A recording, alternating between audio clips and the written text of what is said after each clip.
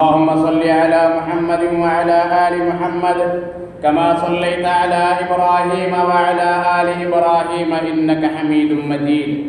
اللهم بارك على محمد وعلى آل محمد كما باركت على إبراهيم وعلى آل إبراهيم إنك حميد مجيد. أما بعد فإن خير الحديث كتاب الله وخير الهدي هدي محمد صلى الله عليه وسلم وشر الأمور محدثاتها وكل محدثة بدعة وكل بدعة ضلالة وكل ضلالة في النار. فأعوذ بالله من الشيطان الرجيم. بسم الله الرحمن الرحيم. الحمد لله رب العالمين الرحمن الرحيم مالك يوم الدين. إياك نعبد وإياك نستعين. اهدنا الصراط المستقيم صراط الذين أنعمت عليهم غير المغضوب عليهم ولا الضالين آمين. قال رسول الله صلى الله عليه وسلم: الله الله ربي لا أشرك به شيئا. رب اشرح لي صدري ويسر لي أمري واحلل عقدة من لساني يفقهوا قولي. அளவற்ற அருளாளனும் நிகரற்ற அன்புடையவனுமாகிய ஏக இறைவன் அல்லாஹ்வின் திருப்பெயரால் ஆரம்பம் செய்கின்றேன். கண்ணியத்திற்குரிய அல்லாஹ்வின் நல்லடியார்களே, அன்பிற்கினிய சகோதர சகோதரிகளே, அல்லாஹ்வினுடைய மாபெரும் கிருபையால் புனிதமிக்க இந்த ஜும்ஆ தினத்தில் அல்லாஹ் நம் மீது கடமையாக்கிய ஜும்ஆவை நிறைவேற்றுவதற்காக நாம் அனைவரும் இங்கு ஒன்று கூடியிருக்கின்றோம். அல்ஹம்துலில்லாஹ். கண்ணியத்திற்குரிய சகோதர சகோதரிகளே, இந்த உலகத்திலே அல்லாஹ் சுப்ஹானஹு வ தஆலா நம்மை சோதிப்பதற்காகத்தான் படைத்திருக்கின்றான். அல்லாஹ் குர்ஆனிலே கூறுகின்றான்: வலனபுலுவன்னகும் பிஷைஇம் மினல் ஹௌஃபி வல் ஜூஅ் வ நக்ஸிம் மினல் அம்வாலி வல் அன்ஃபுஸி வத் ஸமராத்.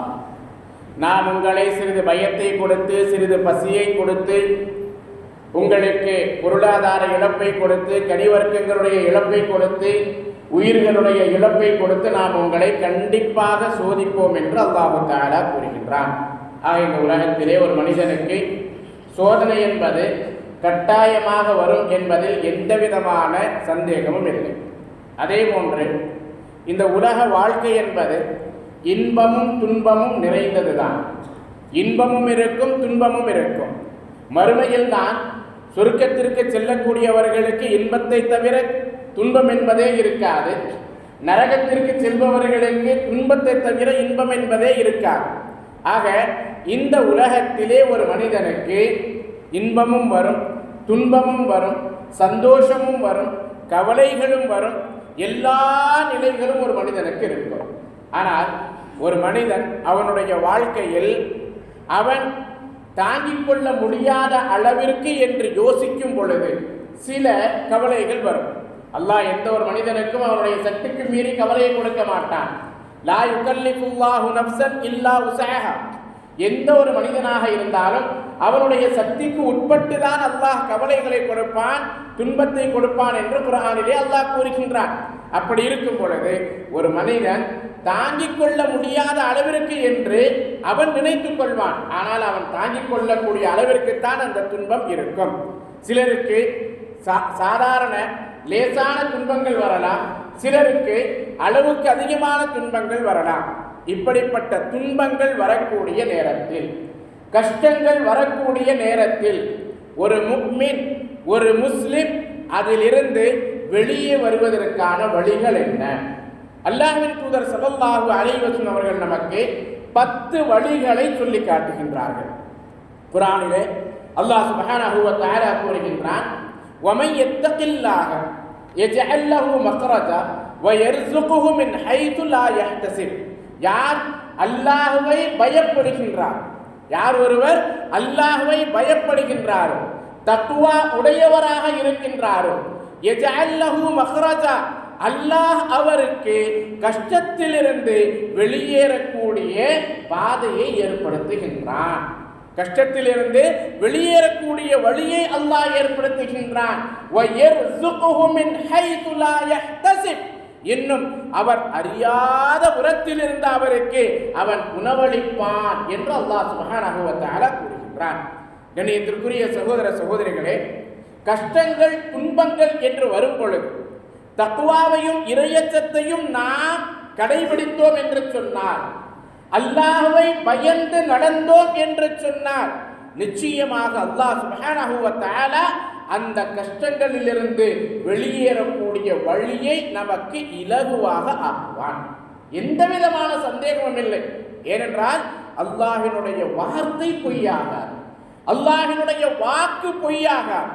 நிச்சயமாக அல்லாஹ் சுப்ஹானஹு வ தஆலா உண்மையை உரைக்கக்கூடியவன். அப்படி இருக்க அவன் கூறுகின்றான், யார் அல்லாஹ்வை அஞ்சுகின்றாரோ, அல்லாஹ்வை பயப்படுகின்றாரோ, யஜஅல் லஹு மக்ரஜா, கஷ்டங்களில் இருந்து வெளியேறக்கூடிய வழியை அவன் அவருக்கு ஏற்படுத்துவான். எப்படி ஏற்படுத்துகின்றான்? அல்லாஹ்வின் தூதர் ஸல்லல்லாஹு அலைஹி வஸல்லம் அவர்கள் அழகான வழிமுறைகளை நமக்கு சொல்லுகின்றார்கள். முதல் வழிமுறை என்ன? உங்களுக்கு ஒரு துன்பம் கஷ்டம் என்று வந்துவிட்டால் நீங்கள் சூரத்துல் ஃபாத்திஹாவை ஓதி அல்லாஹ்விடத்திலே பிரார்த்தனை செய்யுங்கள். அல்லாஹ்விடத்திலே அந்த கஷ்டம் நீங்குவதற்காக துஆ செய்யுங்கள். ஏனென்று சொன்னால் சூரத்துல் ஃபாத்திஹாவை பற்றி அல்லாஹ்வின் தூதர் ஸல்லல்லாஹு அலைஹி வஸல்லம் அவர்கள் அல்லாஹ் கூறுவதாக சொல்லுகின்றார்கள். முஸ்லிமிலே வரக்கூடிய ஹதீஸ், அல்லாஹ்வின் தூதர் ஸல்லல்லாஹு அலைஹி வஸல்லம் அவர்கள் கூறுகின்றார்கள், அல்லாஹ் கூறுகின்றான், கஸ்ஸம்து அல் ஃபாத்திஹத பைனி வ பைன அப்தி. இந்த சூரத்துல் ஃபாத்திஹாவை எனக்கும் என்னுடைய அடியானுக்கும் மத்தியிலே நான் 2 பிரிவுகளாக பிரித்து விட்டேன். முதலாவது பகுதி எனக்குரியது, அவன் என்னை புகழுகின்றான், அவன் என்னை பெருமைப்படுத்துகின்றான். ஆக முதலாவது பகுதி எனக்குரியது. இரண்டாவது பகுதி என்னுடைய அடியானுக்கு உரியது. அவன் எதை கேட்கின்றானோ நான் அவனுக்கு அதனை கொடுக்கின்றேன் என்று அல்லாஹ் சுப்ஹானஹு வ தஆலா கூறுகின்றான். அல்லாஹு அக்பர். என்னுடைய அடியான் எதை கேட்கின்றானோ, இய்யாக நஅபுது வ இய்யாக நஸ்தஈன், யா அல்லாஹ் நான் உன்னையே வணங்குகின்றேன், நாங்கள் உன்னையே வணங்குகின்றோம், உன்னிடமே உதவி தேடுகின்றோம் என்று அல்லாஹ்விடத்திலே சொல்லும் பொழுது, உன்னை தவிர வணக்கத்திற்கு தகுதியானவன் வேறு யாரும் அல்ல, உன்னை தவிர வேறு யாரிடத்திலும் உதவி தேட முடியாது, உன்னை தவிர எனக்கு உதவி செய்யக்கூடியவர் யாருமே இல்லை, என்னுடைய கஷ்டத்தை போக்கக்கூடியவர் யாருமே இல்லை, என்னுடைய கவலைகளை போக்கக்கூடியவர் யாருமே இல்லை. ஆகவே யா அல்லாஹ் நான் உன்னிடத்திலே சரண்டர் ஆகிவிட்டேன், என்னுடைய கஷ்டத்தை நீ போக்கிவிடு. அல்லாஹ் நம்முடைய கவலைகளை போக்குவான். சகோதர சகோதரிகளை, நம்முடைய குடும்பத்திலே, தனிப்பட்ட வாழ்க்கையிலே, குடும்ப வாழ்க்கையிலே, வியாபாரம் என்று வரும் பொழுது, தொழில் என்று வரும் பொழுது எவ்வளவு கஷ்டங்கள், எவ்வளவு சிரமங்கள், எவ்வளவு துன்பங்கள் மனிதனுக்கு வருகின்றது. இப்பொழுது நான் ராபிடோவிலே வரும் பொழுது, ஜுமாவிற்கு வரும் பொழுது ஒரு முஸ்லிம் அல்லாத சகோதரர் பள்ளிவாசலிலே இறங்க வேண்டும் என்று சொல்லும் பொழுது அவர் சொல்லுகின்றார், நீங்கள் பள்ளியிலே பணி செய்கின்றீர்களா? ஆம், எனக்கு வாழ்க்கையிலே ஏராளமான கஷ்டங்கள் துன்பங்கள். ஒரு இளைஞர் சொல்லுகின்றார், எனக்கு வாழ்க்கையிலே ஏராளமான கஷ்டங்கள் துன்பங்கள், 1 லட்சத்திற்கு மேல் சம்பளம் வாங்கி கொண்டிருந்தேன், என்னுடைய வேலை போய்விட்டது, என்னுடைய மன அமைதிக்கு என்ன வழி என்று சொல்லுங்கள், மீண்டும் எனக்கு சிறந்த வேலை கிடைப்பதற்கு என்ன வழி என்று சொல்லுங்கள் என்று சொல்லுகின்றார். இப்படி உலகத்திலே மனிதர்கள் பல்வேறு கஷ்டங்கள் துன்பங்களிலே இருக்கின்றார்கள். ஆனால் இஸ்லாம் அந்த துன்பங்களில் இருந்து வெளியேறுவதற்கான, கஷ்டங்களில் இருந்து வெளியேறுவதற்கான அழகான வழியை நமக்கு சொல்லிக் கொடுக்கின்றது. ஆகவே அல்லாஹ் சுப்ஹானஹு வ தஆலா இந்த சூரத்தின் மூலமாக, இந்த அத்தியாயத்தின் மூலமாக நாம் அல்லாஹ்விடத்திலே கேட்கும் பொழுது நம்முடைய துஆவை அல்லாஹ் அங்கீகரிக்கின்றான். நம்முடைய துஆவை அல்லாஹ் அங்கீகரிக்கின்றான், நம்முடைய கஷ்டங்களை அல்லாஹ் போக்குகின்றான்.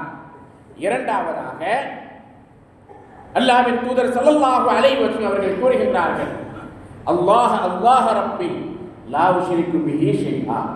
யார் ஒருவர் என்னுடைய இறைவன் அல்லாஹ்தான், என்னுடைய இறைவன் அல்லாஹ்தான், யா அல்லாஹ் உன்னிடமே நான் கேட்கின்றேன், உன்னிடமே நான் கேட்கின்றேன், லா உஷ்ரிகு பிஹி ஷைஆ, அவனுக்கு நான் யாரொன்றையும் இணையாக ஆக்க மாட்டேன் என்று சொல்லுகின்றானோ, அவனுடைய கவலைகளை போக்குவான், அவனுடைய தேவைகளை அல்லாஹ் நிறைவேற்றுவான்.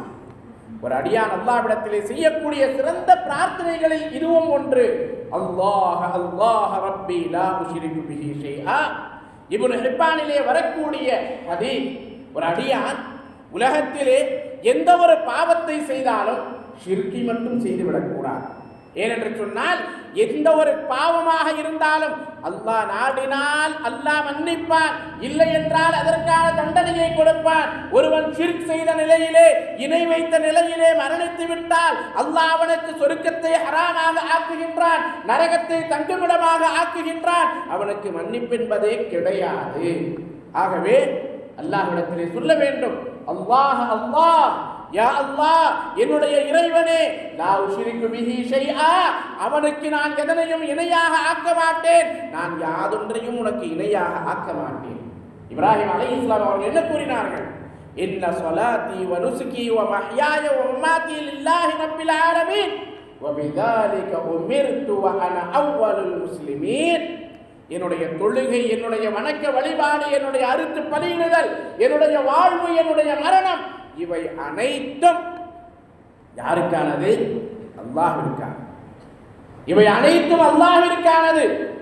இப்ப இதற்காகத்தான் நான் கட்டளையிடப்பட்டிருக்கின்றேன். முஸ்லிமீன், நான் முஸ்லிம்களில் முதன்மையானவனாக இருக்கின்றேன்.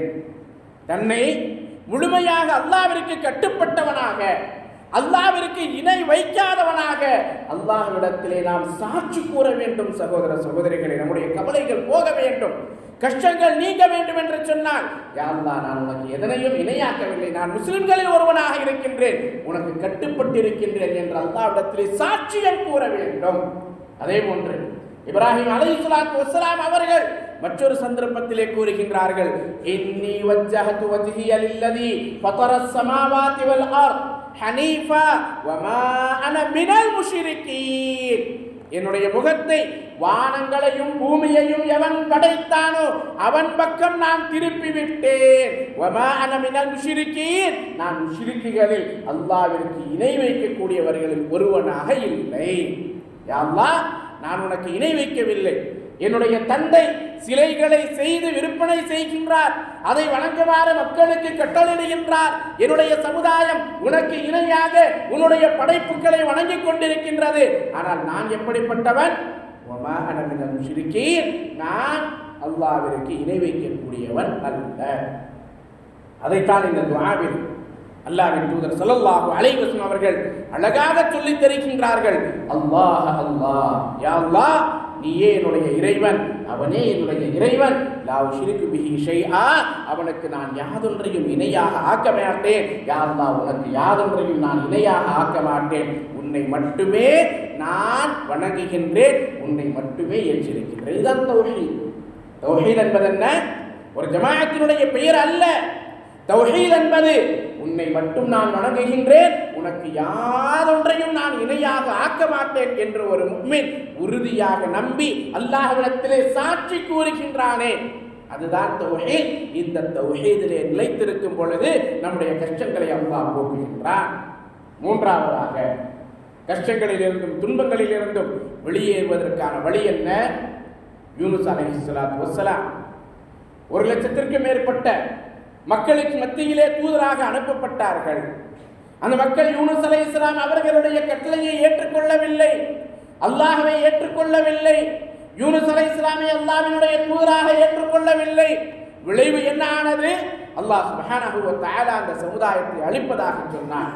யூனுஸ் அலைஹிஸ்ஸலாம் அவர்களுக்கு கட்டளையிடுகின்றான், நீங்கள் இந்த ஊரை விட்டு வெளியேறி விடுங்கள், இந்த மக்கள் அழிக்கப்படுவார்கள். அல்லாஹ்விற்கு தெரியும் இந்த மக்களுடைய நிலை என்ன ஆகும் என்பது. யூனுஸ் அலைஹிஸ்ஸலாத்து வஸ்ஸலாம் அவர்கள் அந்த ஊரை விட்டு வெளியேறுவதற்கு முன்னால் இந்த மக்களிடத்திலே சொல்லுகின்றார்கள், மக்களே, அல்லாஹ் ஒருவனை வணங்குமாறு நான் உங்களிடத்திலே கூறினேன், நான் அல்லாஹ்வினுடைய தூதர் என்று உங்களுக்கு சொன்னேன், ஆனால் நீங்கள் இதனையெல்லாம் ஏற்றுக்கொள்வதற்கு தயாராக இல்லை. இப்பொழுது கேட்டுக்கொள்ளுங்கள், அல்லாஹ் உங்களை அழிக்கப் போகின்றான். அல்லாஹ்வினுடைய வேதனை உங்கள் மீது வர இருக்கின்றது. அல்லாஹ்வினுடைய வேதனை வந்தால் அல்லாஹ்வினுடைய வேதனையிலிருந்து யாரும் உங்களை காப்பாற்ற முடியாது. இதோ அதற்கான சில அடையாளங்களையும் நான் உங்களுக்கு சொல்லுகின்றேன், கேட்டுக்கொள்ளுங்கள். உங்களை கரும் மேகம் சூழ்ந்து கொள்ளும். கருப்பான மேகம் உங்களை சூழ்ந்து கொள்ளும். நபி ஸல்லல்லாஹு அலைஹி வஸல்லம் அவர்கள் கருமேகம் சூழ்ந்து விட்டால் பயந்து சஜிதாவிலே விழுந்து விடுவார்கள், எங்கே அல்லாஹ் அவனுடைய வேதனை அனுப்பி விடுவார்கள் என்று. கருமேகம் உங்களை சூழ்ந்து கொள்ளும், அல்லாஹ்வினுடைய வேதனை உங்களுக்கு வரும், அதனை நீங்கள் பார்த்தால் நீங்கள் தப்பிக்க முடியாது என்று சொல்லிவிட்டு அந்த ஊரை விட்டு வெளியேறி விடுகின்றார்கள். அல்லாஹ்வினுடைய கட்டளை எப்பொழுதுமே நபிமார்களுக்கு என்ன தெரியுமா? அல்லாஹ் ஒரு ஊரை அழித்தால் ஊரை விட்டு வெளியேறுங்கள் என்று சொல்லுவான், நீங்கள் திரும்பி பார்க்க கூடாது என்று சொல்லுவான். யூனுஸ் அலைஹிஸ்ஸலாம் சென்று விட்டார்கள். அதற்கடுத்து மீண்டும் அந்த ஊருக்கு வருகின்றார்கள். இந்த மக்கள் எல்லாம் அழிந்திருப்பார்கள் என்று நினைத்து மீண்டும் அந்த ஊருக்கு வருகின்றார்கள். வந்து பார்த்தால் மக்கள் எல்லாம் நிம்மதியாக இருக்கின்றார்கள், சந்தோஷமாக இருக்கின்றார்கள்.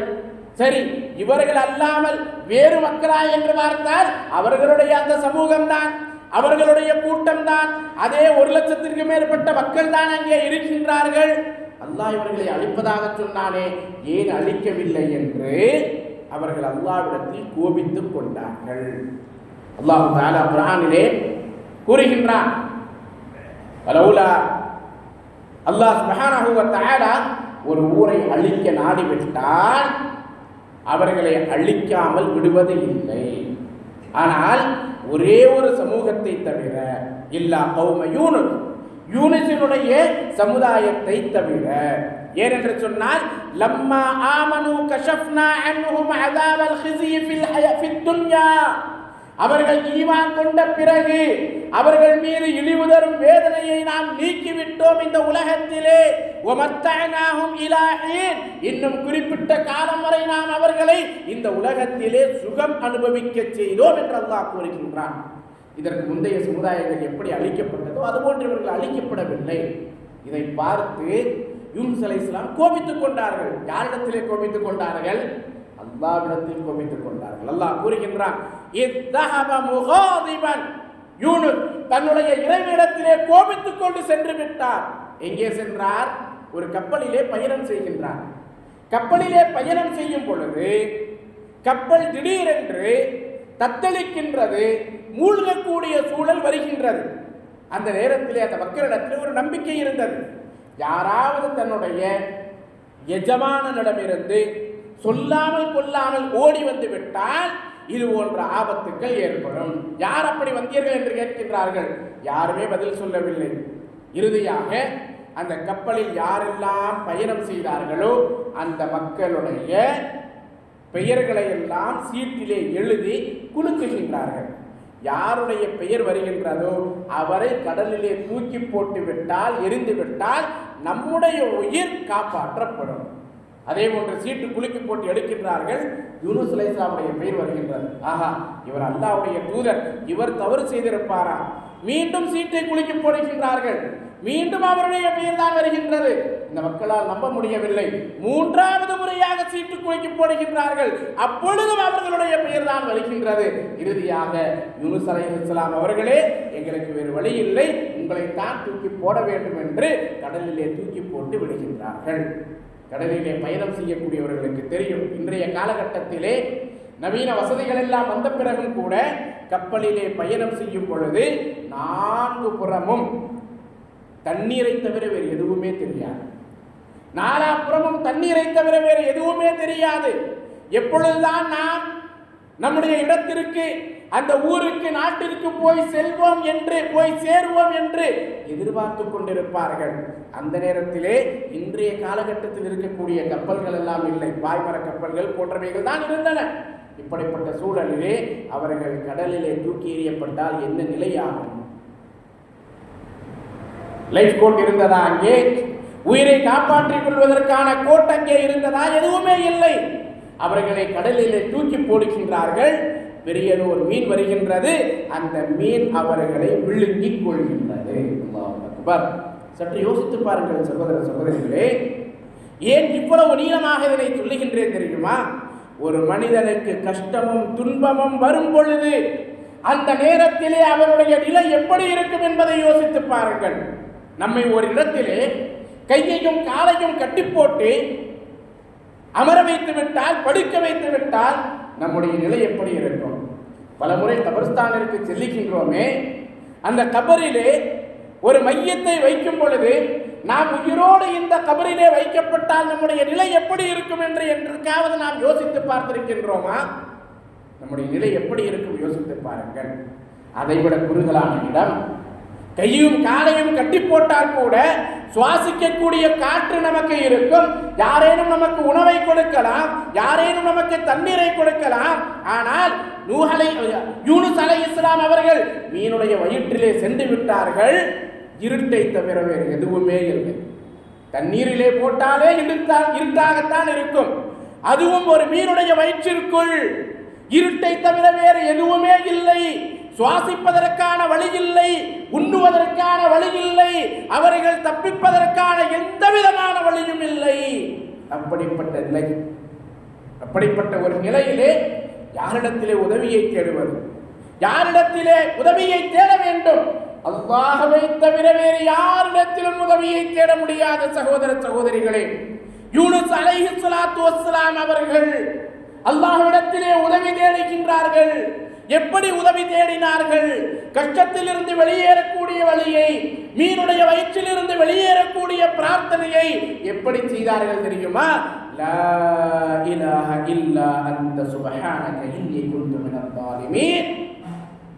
யா அல்லாஹ், லா இலாஹ இல்லா அன்த, வணக்கத்திற்குரியவன் உன்னை தவிர வேறு யாரும் இல்லை. சுப்ஹானக், நீ மிகவும் பரிசுத்தமானவன். இன்னி குன்து மினல் ஸாலிமீன், நிச்சயமாக நான் அநியாயக்காரர்களில் ஒருவனாக ஆகிவிட்டேன். நிச்சயமாக நான் அநியாயக்காரர்களில் ஒருவனாக ஆகிவிட்டேன். யா அல்லாஹ், நான் தவறு செய்து விட்டேன், நான் பாவம் செய்து விட்டேன். இப்பொழுது மீனுடைய வயிற்றிலே வந்து அகப்பட்டு கொண்டேன். யா அல்லாஹ், வாழவும் முடியாமல் மரணிக்கவும் முடியாமல் மரண வேதனையை நான் இங்கே அனுபவித்துக் கொண்டிருக்கின்றேன். மிகப்பெரிய கஷ்டத்திலும் துன்பத்திலும் துயரத்திலும் இருக்கின்றேன். யா அல்லாஹ், நீ என்னை இதிலிருந்து நீ வெளியேற்று. அதற்காக அவர்கள் செய்த பிரார்த்தனை தான் இது. லா இலாஹ இல்லா அன்த சுப்ஹானக இன்னி குன்து மினல் ஸாலிமீன். இப்படிப்பட்ட ஒரு கஷ்டம் நமக்கு வாழ்க்கையிலே வந்திருக்குமா? அல்லது இதைவிட கடுமையான ஒரு துன்பம் வாழ்க்கையிலே நமக்கு வந்திருக்குமா? நிச்சயமாக இல்லை. உலகத்திலே எந்த ஒரு மனிதனும் சொல்ல முடியாது இதை விட ஒரு இக்கட்டான சூழல், ஒரு துன்பம், ஒரு கஷ்டம் என்னுடைய வாழ்க்கையில் வந்திருக்கும் என்று. ஆக நமக்கு ஒரு துன்பமும் கஷ்டமும் வந்தால் அல்லாஹ்விடத்தில் எப்படி பிரார்த்தனை செய்ய வேண்டும்? லா இலாஹ இல்லா அன்த, யா அல்லாஹ், வணக்கத்திற்குரியவன் உன்னை தவிர வேறு யாரும் இல்லை. சுப்ஹானக், நீ மிகவும் பரிசுத்தமானவன்.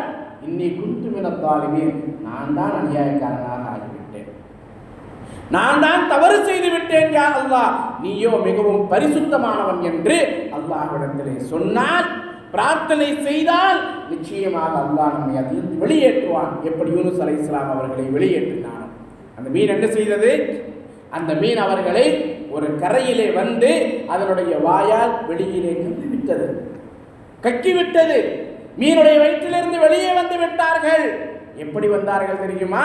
ஒரு குழந்தை தாயினுடைய வயிற்றிலிருந்து எவ்வாறு பிறந்த குழந்தை வருமோ அது போன்று அவர்கள் வெளியிலே வந்தார்கள் என்று அல்லாஹ் குர்ஆனிலே குறிப்பிடுகின்றான். அவர்கள் மட்டும் இந்த பிரார்த்தனையை செய்யவில்லை. அல்லாஹ் அடுத்து சொல்வதை பாருங்கள். அவர்கள் மட்டும் இந்த பிரார்த்தனையை செய்யவில்லை என்று சொன்னால் அவர்கள் மீனுடைய வயிற்றிலே இலா யௌமில் கியாமஹ், கியாமத் நாள் வரை தங்கி இருந்திருப்பார்கள். அல்லாஹ் அக்பர். வயநாட்டிலே கட்டிட இடிபாடுகளில் சிக்கியவர்கள், பலஸ்தீனத்திலே குண்டு மூலமாக தாக்கப்பட்டு கட்டிட இடிபாடுகளிலே சிக்கியவர்கள் வெளியே வந்துவிட்டால் அவர்களுடைய எமோஷன் எப்படி இருக்கும்? அவர்கள் எப்படிப்பட்ட தங்களுடைய நிலையை விவரிப்பார்கள்? 3 நாட்கள் சாப்பிடுவதற்கு எதுவும் இல்லாமல், குடிப்பதற்கு எதுவும் இல்லாமல், கைகால்களை கூட அசைக்க முடியாமல் வெறுமனே மூச்சு மட்டுமே விட்டுக் கொண்டிருந்தேன் என்று சொன்னவர்கள் ஏராளம் ஏராளம் ஏராளம். ஆனால் அது கூட இல்லாமல் இருந்தவர்கள் வெளியே வந்ததும் அல்லாஹ் சுப்ஹானஹு வ தஆலா அவர்களை மன்னித்தான் என்று குர்ஆனிலே கூறுகின்றான். இவர்களை பற்றி சொல்லும் பொழுது சாஹிபுல் ஹூத், மீனுடையவர் என்றுதான் அல்லாஹ் சொல்லுகின்றான் குர்ஆனிலே.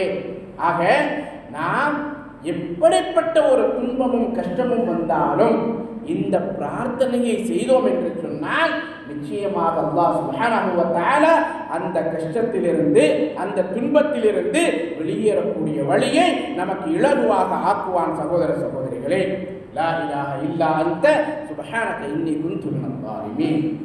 நான்காவதாக கஷ்டத்திலிருந்தும் துன்பத்திலிருந்து வெளியேறுவதற்கான வழியை நபி ஸல்லல்லாஹு அலைஹி வஸல்லம் நமக்கு என்ன சொல்லித் தருகின்றார்கள்? புகாரிலே வரக்கூடிய ஹதீஸ், ஹஸ்புனல்லாஹு வ நிஅமல் வக்கீல். ஒரு கஷ்டமா, ஒரு துன்பமா, ஒரு துயரமா, வேதனையா, கவலைப்படாதீர்கள். ஹஸ்புனல்லாஹ், எங்களுக்கு அல்லாஹ் போதுமானவன், வ நிஅமல் வக்கீல், அவன்தான் சிறந்த பாதுகாவலன். ஒரு துன்பம் என்று வந்து விட்டால், கஷ்டம் என்று வந்து விட்டால் உடனடியாக மனிதர்களிடத்திலே ஓடி சென்று உதவியை தேடாதீர்கள். மனிதர்களிடத்திலே உதவியை தேட வேண்டாம் என்று இஸ்லாம் சொல்லவில்லை. உங்களுக்கு முதலில் உதவி செய்யக்கூடியவன் அல்லாஹ். யார் மீது நீங்கள் முதலில் நம்பிக்கை வைக்க வேண்டும்? அல்லாஹ்வின் மீது தான் நம்பிக்கை வைக்க வேண்டும். அதற்கடுத்து அல்லாஹ் உங்களுடைய கஷ்டத்தை போக்குவதற்காக யாரையாவது அனுப்புவான், நீங்கள் யாரையாவது தேடி செல்லுவீர்கள். ஆக ஒரு துன்பம் என்று வந்து விட்டால், ஒரு கஷ்டம் என்று வந்து விட்டால், ஹஸ்புனல்லாஹ், எங்களுக்கு அல்லாஹ் போதுமானவன், வ நிஅமல் வக்கீல், அவன்தான் மிகச்சிறந்த பாதுகாவலன் என்பதை நீங்கள் கூறுங்கள் என்று அல்லாஹ் சுப்ஹானஹு அல்லாஹ்வுடைய தூதர் ஸல்லல்லாஹு அலைஹி வஸல்லம் அவர்கள் நமக்கு எடுத்துச் சொல்லுகின்றார்கள், கற்றுத் தருகின்றார்கள். சகோதர சகோதரிகளே, ஆக துன்பங்களிலிருந்தும் கஷ்டங்களிலிருந்தும் வெளியேறுவதற்கு அழகான வழிகளை இஸ்லாம் சொல்லிக் கொடுத்திருக்கும் பொழுது அதை விட்டு நாம் வேறு வழிகளை கையாண்டோம் என்று சொன்னார். இன்று நாம் பார்க்கின்றோம், மோட்டிவேஷனல் ஸ்பீக்கர்ஸ் அவர்கள் பல வழிகளை சொல்லித் தருவார்கள். யோகா என்று அதன் பக்கம் ஒரு மக்கள் செல்லுவார்கள். அதே போன்று சைக்காலஜி தெரபிஸ்ட் என்று அவர்கள் சொல்லக்கூடியதை மக்கள் சொல்லிக் கொண்டிருப்பார்கள். கேட்டால் ஸ்ட்ரெஸ்ஸிலே இருக்கின்றேன், மன அழுத்தத்திலே இருக்கின்றேன். எப்படிப்பட்ட மன அழுத்தம் இருந்தால், எப்படிப்பட்ட துன்பம் துயரம் இருந்தாலும் அதிலிருந்து உங்களுக்கு எந்த விதத்திலும் காசு பணத்தை செலவு செய்யாமல் வெளியேறக்கூடிய வழியை அல்லவா மார்க்கம் கற்றுத் தருகின்றது. ஆக இப்படிப்பட்ட வழிகளை நாம் கடைபிடிக்க வேண்டும். நான் அல்லாஹ்வின் தூதர் ஸல்லல்லாஹு அலைஹி வஸல்லம் அவர்கள் கற்றுத்தரக்கூடிய வழிகளில் 4 வழிகளை பார்க்கிறோம். இன்னும் 6 வழிகள் என்ன என்பதை, இன்னும் எப்படிப்பட்ட பிரார்த்தனைகளை நமக்கு சொல்லித் தருகிறார்கள். குறிப்பாக நாம் மிகப்பெரிய கடலிலே மூழ்கி இருந்தாலும், மலை அளவிற்கு நமக்கு கடன் இருந்து அதன் மூலமாக மன அழுத்தமும் துன்பமும் ஏற்பட்டாலும் அதிலிருந்து எப்படி வெளியேறுவது என்பதை அல்லாஹ்வுடைய தூதர் ஸல்லல்லாஹு அலைஹி வஸல்லம் அவர்கள் கற்றுத் தருகின்றார்கள். அடுத்த ஜும்ஆவிலே நாம் பார்க்கலாம். அல்லாஹ் சுப்ஹானஹு வ தஆலா நம் அனைவருக்கும் நம்முடைய கவலைகளை போக்கி, கஷ்டங்களை போக்கி, அல்லாஹ்விடத்திலே உதவி தேடி இந்த உலகத்திலே நிம்மதியான வாழ்வை வாழக்கூடிய வாக்கியத்தையும் மறுமையிலே சொர்க்கத்திற்கு செல்வதற்கான வாக்கியத்தையும் தந்தருள்வானாக. ஆமீன். பாரக்கல்லாஹ் லனா வ லக்கும் பில் குர்ஆனில் அஸீம் வ நஃபஅனி வ இய்யாக்கும் பில் ஆயாத்தி வல் ذிக்ரில் ஹகீம். இன்னஹு தஆலா ஜவ்வாதுன் கரீம் வல் ரഊஃபுர் ரஹீம்.